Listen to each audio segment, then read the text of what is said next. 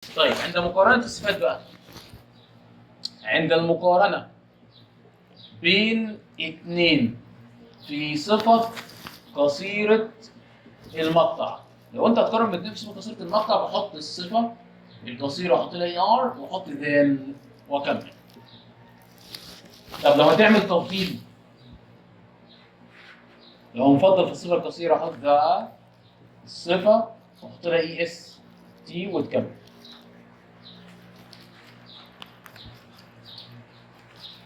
دي سهل جدا، الحاجات دي انت واخدينها قبل كده من زمان.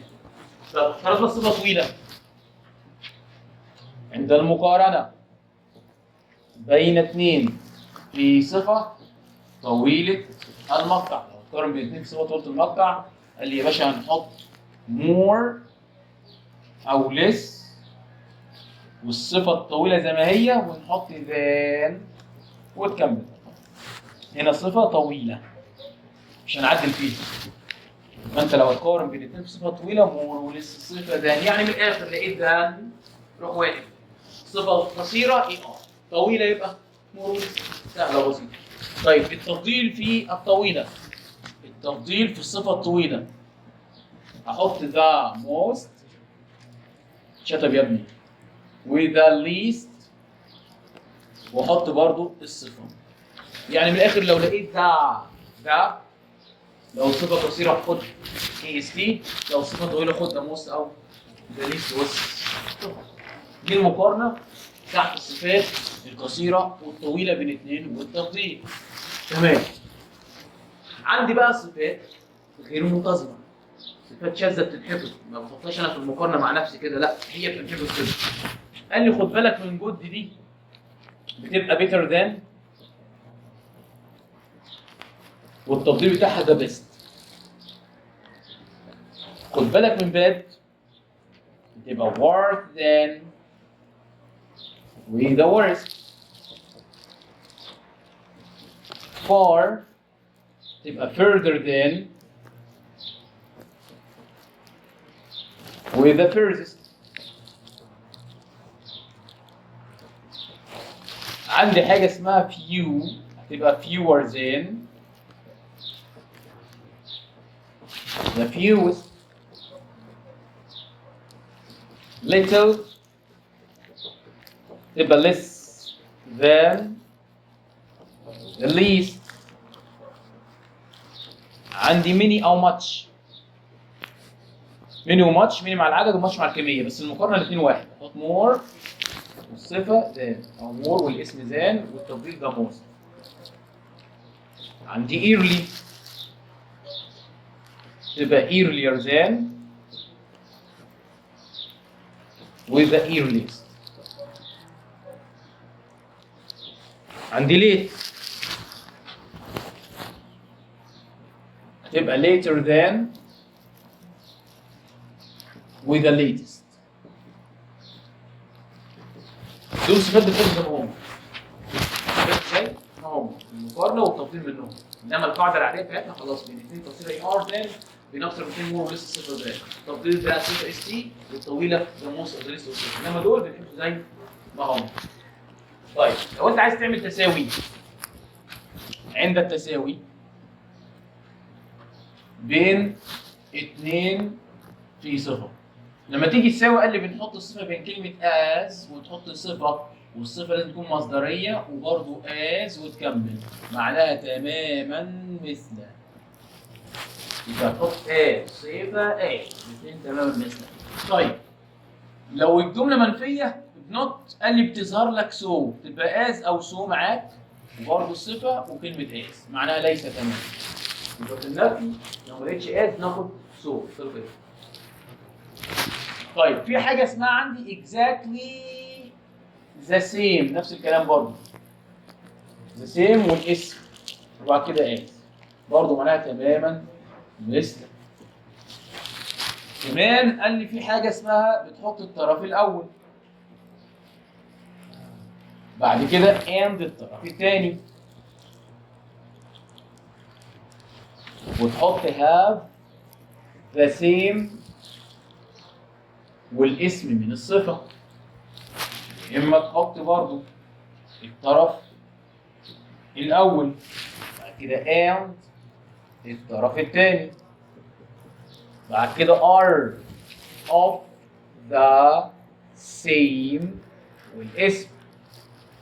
يا إما تحط فاعل هنا have أو has، the same والاسم من الصفة وتحط as، وهنا برضو اسم. ده كله كده بيدي تساوي. تمام بالنسبة يعني انت لو قلت لي مثلا كده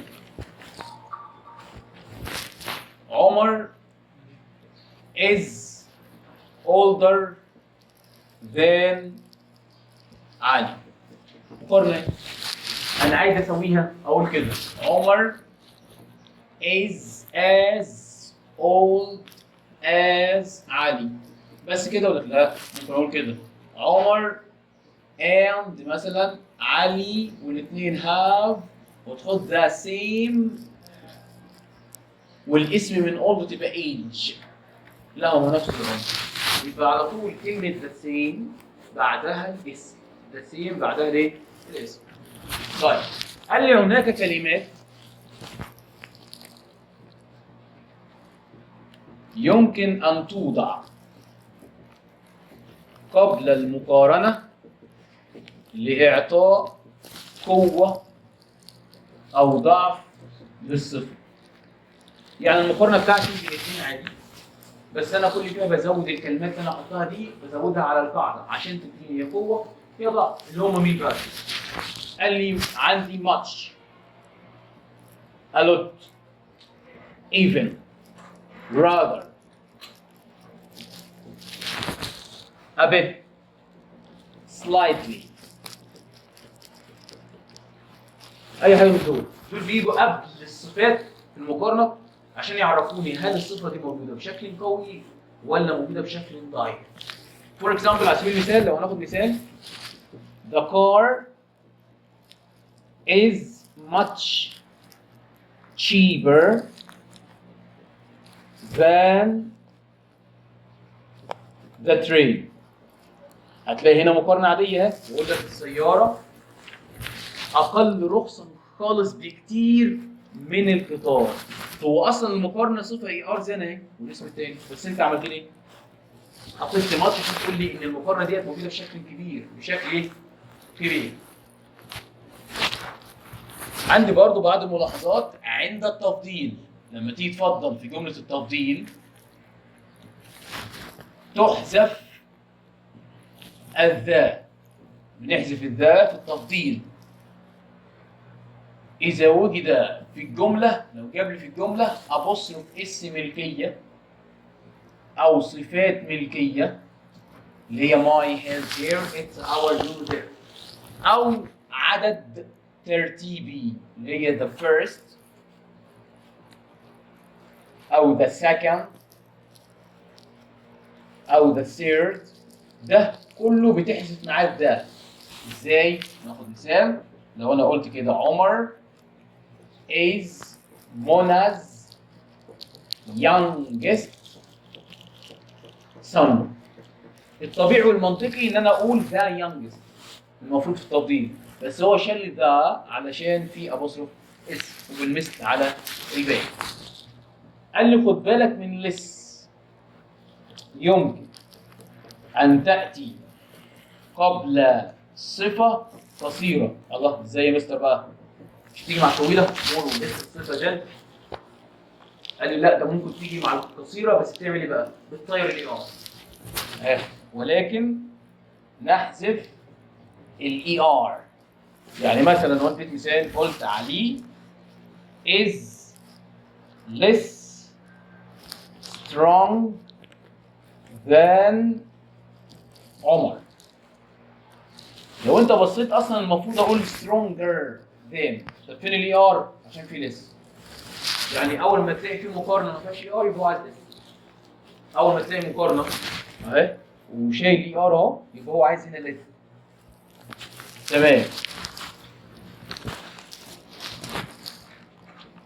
يمكن ان تاتي صفه مقارنه بين اثنين سواء كانت طويلة أو صفة قصيرة في نهاية الجملة للتوضيح بدون ذان. يعني أنا ممكن أعمل مقارنة من غير ذان؟ ممكن تجي لي الصفة فيها اي ار أو مور وليس في الآخر وما أحطش إيه؟ ذان. بتبقى باينة من سياق الجملة. يعني أنا لو قلت كده عمر is tall but علي is taller. فين ذان؟ في صح؟ المقارنة انت فهمتها من السياق ايه؟ انا بقول لك عمر طويل بس علي اطول، يبقى مين اللي اطول؟ علي اطول من عمر. زي القاعده بتاعتنا العاديه لو انا هعملها اقول ايه؟ علي is taller than عمر. بس انت كده عملت ايه؟ فهمتها من السياق. طيب بعد الذان لما تيجي تحط الذان بعدها بعد الذان بيجي يا اما اسم او ضمير مفعول. ضمير مفعول بعد الذان. اسم بني ادم انا قلت ذان مثلا هنا في المثال اهو وحط عمر او ضمير مفعول. قال لي لو جه بعد الذان اذا اتى بعد ذان لو جه بعد ذان فاعل لابد من وجود فعل. لان ضمير الفاعل ما بيجيش في نهايه جمله. ضمير الفاعل بيجي في اول الجمله. طالما انت حطيت بعد ذان جمله جديده ضمير فاعل لازم تكمل فعل. ما ينفعش الفاعل يقف لوحده. يعني انا لو قلت كده ساره is smaller than ورحت حاطط اي وسكت كده غلط. لازم اكمل ده. اكمل ايه هنا؟ مش هنا verb to be؟ اكمل verb to be. اي تاخد ايه؟ طب افترضنا الفعل اساسي لو قلت علي works harder than احط اي. طالما الفعل اساسي مش هحط ام اس ار، احط حاجه ثانيه، احط فعل يا اما دو داز يبقى هنا اي دو. طيب عندي قاعده اسمها ذا كلما لو جاب لي ذا هتحط بعدها صفه فيها اي ار يا اما مور وليس والصفه وبرضه الطرف الثاني ذا وتحط برضه الصفه فيها اي ار يا اما مور او ليس وصفه ودي معناها كلما. ممكن تقول كده اهو the cheaper the car is the more people will buy. كلما رخصت السيارات كلما اشتراها كثير من الناس. يبقى انت عندك التشيبر اي ار اهي والناحيه الثانيه مور، يعني تيجي اي ار يا مور ولسه الطرفين. يعني انت طول ما في ده يبقى انت عايز طرفين صفه مقارنه بين الاثنين. تمام كده؟ طيب لو جاب لي اوف ذا تو كلمه اوف ذا تو كده هتاخد صفه مقارنه. صفه مقارنه اللي هي فيها اي ار يا مور ولسه لانك انت بتقارن بين اثنين. لو قال لي اوف اول تبقى عايز بعدها تفضيل عشان انت اوف اول لكله. يمكن ان تاتي most او best في نهايه الجمله للتفضيل بدون ذا. ممكن most وبيست خلاص. ممكن تاتي بيست وموست في نهايه المقارنه عادي في نهايه الجمله من غير ذات التفضيل. ممكن تقول كده اهو I like مو صلاح بيست او موست. انا بحبه اكتر واحد. كده شغال معايا برضه. تمام؟ طيب كده دي اصلا رقم 3 اللي هي يونت 3. يونت 4 بقى. يونت 4 تشرح لي الباست simple and the past perfect. الماضي البسيط والماضي التام والروابط بتاعتهم. طبعا احنا عارفين الماضي البسيط. قلنا الماضي البسيط المفروض انتوا تراجعوه خدتوها قبل كده. تكون من التصريف الثاني للفعل اضافه دي او اي دي او اي دي للفعل المنتظم، اما الافعال المنتظمه تحفظ كما هي. الماضي التام بقى، الماضي التام يتكون من فاعل هاد والبي بي والتصريف الثالث. النفي يحط فاعل هاد تبقى هادنت وبرضه احط التصريف الثالث. السؤال هسال بهاد والفاعل والتصريف الثالث، والمجهول احط مفعول واحط هاد بين والتصريف الثالث. الزمن ده بيعبر عن ايه؟ يا اما عن حدث تم قبل وقت محدد، حدث هيتم قبل وقت محدد مع باي وبيفور وذيس تايم، وهيجي بعدهم فتره زمنيه ماضي. خد بالك عشان احنا سمعنا عن دي في المستقبل التام، هناك كانت الفتره الزمنيه مستقبل، هنا الفتره الزمنيه ماضي، فتروح واخد ماضي تاني. كمان بيستخدموا مع الروابط، قال لما يجي لي after as soon as و the moment و once هتاخد بعدهم ماضي تام والتاني ماضي بسيط. على طول after معناها بعد، as soon as مجرد ان، the moment معناها في اللحظه التي، once معناها في حين او ذات مرة. اللي لازق فيهم ماضي تام حتى لو يكون في النص ماضي تام والتاني ماضي بسيط. يعني انت ممكن تقول لي كده اهو after she had watched TV she went out. بعد ما شاهدت الفاز هي خرجت، يبقى اللي عملت الاول شاهدت الفاز حطها ماضي تام. ممكن الماضي التام قلنا يشيل افتر احط as soon as او ذا مومنت او once. طيب لو افتر جاي بدون فاعل هتاخد بعدها الفعل في اي ان جي او الاسم، بس هيجي بعدها هنا ماضي بسيط بتساوي having والتصريف الثالث. طب لو جاب لي before by the time احط بعدها ماضي بسيط والثاني ماضي تام، عكس الثاني ماضي بسيط ماضي تام. طب لو بيفور جت من غير فاعل على طول نقط، تاخد برضو الفعل اي ان جي او الاسم والثاني يكون ماضي تام. رابط سهله.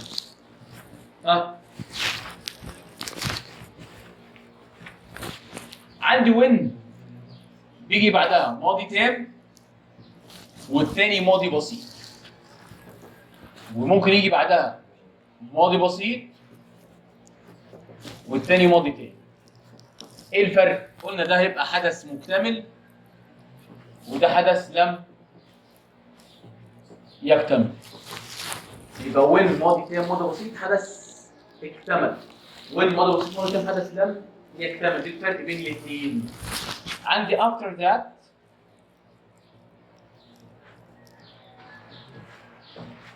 و before that.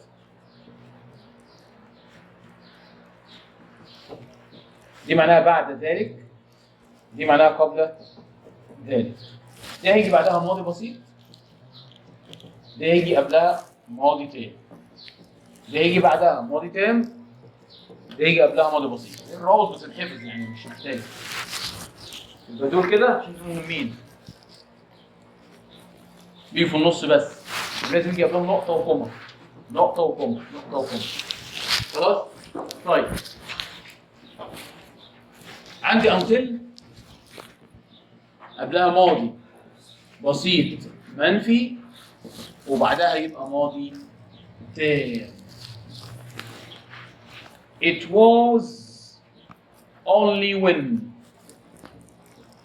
و it wasn't until. بعدهم ماضي تام وحط ذات لو كده ماضي بسيط. يبقى احط until او it wasn't until و it was only when ماضي تام ذات ماضي بسيط. عندي قاعدة no sooner احط فاعل have واحط no sooner و hardly و scarcely و barely واحط بعدهم تصريف ثالث، ومع no sooner اخد than ومع هاردن وسكيرس وبيرلي اخد بيفور او وين واحط بعدها الماضي البسيط. لو بدأ بيهم الجملة بقى احط نو سونر، هاردلي، سكيرسلي او بيرلي، واحط بعدهم هاد فاعل تصريف ثالث، او ديد والفاعل والمصدر ومهمة، واحط ذان مع نو سونر او بيفور او وين مع مع هاردن وسكيرس وبيرلي، بعد كده ماضي بسيط. قد كلها المفروض معروفه. تمام كده؟ يونت 5. السؤال المزين.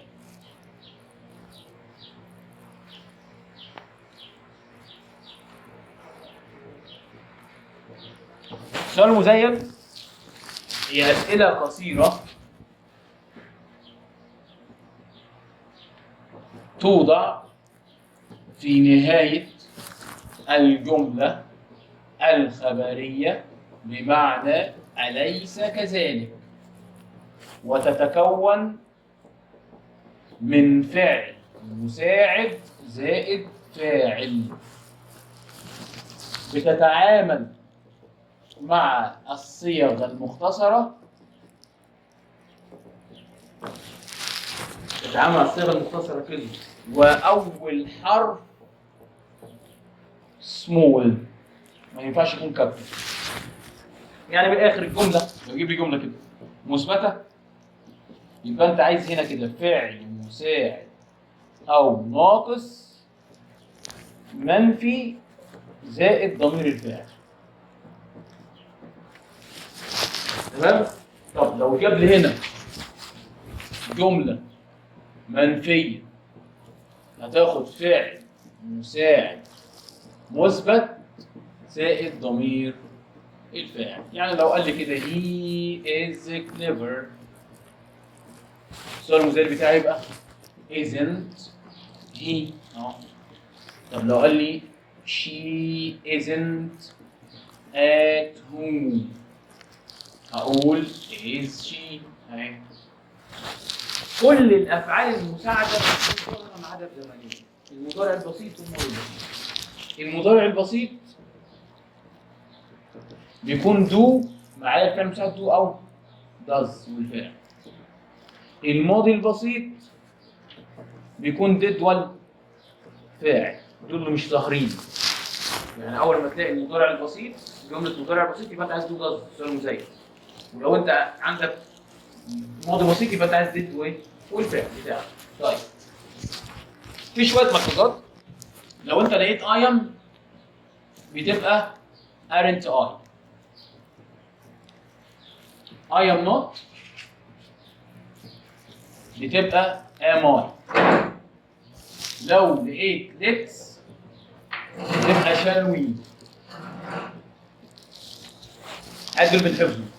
لقيت have to او has to او need to ضروره، انت السؤال المزايد بتاعك يبقى don't او doesn't زائد الفاعل. لو انت لقيت someone somebody anyone anybody بنعوض عليهم بالضمير زي. لو جاب لي someone somebody نعوض عليهم بالضمير زي. يعني لو قال لي كده بص someone knocks on the door، شخص ما بيخبط على الباب، عايز سؤال مزين. مستر قال someone، خلاص عرفنا دي مضارع بسيط، نوت دي مضارع بسيط، يبقى دو او does. طب انت بتتعامل مع الجمع يبقى المفروض يبقى زي، صح؟ اهو. طيب دو وات does هتاخد زي دو ولا does؟ يبقى دو جمله مثبته، يبقى احنا ننفي يبقى don't زي. انت بتاخدها مع الجمع، يبقى someone somebody anyone anybody كلهم معوض عليهم بالضمير زي. كمان لو انت الاسماء زي person او teacher او farmer، اللي هي الاسماء التي لم نحدد انها مذكر او مؤنث. يعني انت مش عارف هي مذكر ولا مؤنث، برضه نعوض عليهم بالضمير زي، نعوض عليهم بزي، هنعوض بزي برضه عشان انت مش عارف، انت مش عارف نوعه ايه، مذكر ولا مؤنث. تمام؟ دي معظم الحاجات اللي هي في السؤال المزيف. اخر وحده يونت 6 ضمائر الوصل. هديها لكم في مخطط كده على طول عشان الناس ما تقلقش، خلاص، عشان ايه اللي وراهم حاجه. ضمائر الوصل من الاخر، انت ضمائر الوصل لو لقيت اسم عاقل خد هو او ذات، في كوما ابعد عن ذات. لقيت اسم عاقل خد هو او ذات، في كوما ابعد عن ذات. اثنين، لقيت اسم غير عاقل تاخد ويتش او ذات، وهنا في كوما. ذات ما بتجيش مع كوما خالص. لو لقيت اسم عاقل برضه هناخد هوم او ذات، بس هوم لازم يجي بعدها فاعل وفعل، وممكن يجي قبلها حرف جر عشان تميز بينها وبين دول. لو انت حطيت حرف جر ما بتختارش هو ولا ذات، لازم هوم. أربعة، لو عندي اسم مملوك هتحط موز، مكسور اسم المالك، اسم مالك، وهنحط هوز بعد كده اسم المملوك. يعني دايما الحاجه اللي هنا تخص ده، تخص الشخص ده. يعني اقول لك مثلا the girl whose eyes، the book whose cover، الكتاب اللي غلاف، البنت اللي عينيها كده. نمبر 5، لو حط لي فعل قبل يبقى خد لي وات. 6، لو جاب لي مكان والمكان فيه نشاط خد وير، او حرف الجر مع ويتش ولازم يجي بعدها فاعل وفاعل. نمبر 7، لو المكان ما فيهوش نشاط، مكان وصف توصفه بس، هناخد ويتش وما ناخدش وير. ده اللي انت هتمشي عليه في ضمير الوصف. تمشي على الحاجات دي. حالات الحذف، حالات حذف ضمير الوصف. الحذف لو جملة الوصف معلوم دور كده، بنحط الفعل مضاف ليه اي ان جي. لو جملة الوصف معلوم نحط الفعل في اي ان جي. لو جملة الوصف مجهول، لو الجملة مجهول بحط تصريف ايه؟ سادس على طول. انت لو عند جملة الوصف معلوم هحط اي ان جي لو انت عايز تحسب الوصف. لو مجهول بحط في تصريف سادس. كده يبقى احنا خلصنا عمليته تجهيز الاصل. ايه؟ خلصنا عشان الناس مستعجله وخلصنا. كده خلصنا، ويحتمل الناس تكون فهمت اي حاجه، بس الحاجات دي كلها ممكن تتفهم على الجروب. هعمل لكم بي دي اف، هعمل لكم بي دي اف وابعتها لكم على الواتس لو حد عايزه. خلاص. I hope you understand what I said. اتمنى تكونوا فهمتوا انا قلتوه. 600 باي، مع السلامه.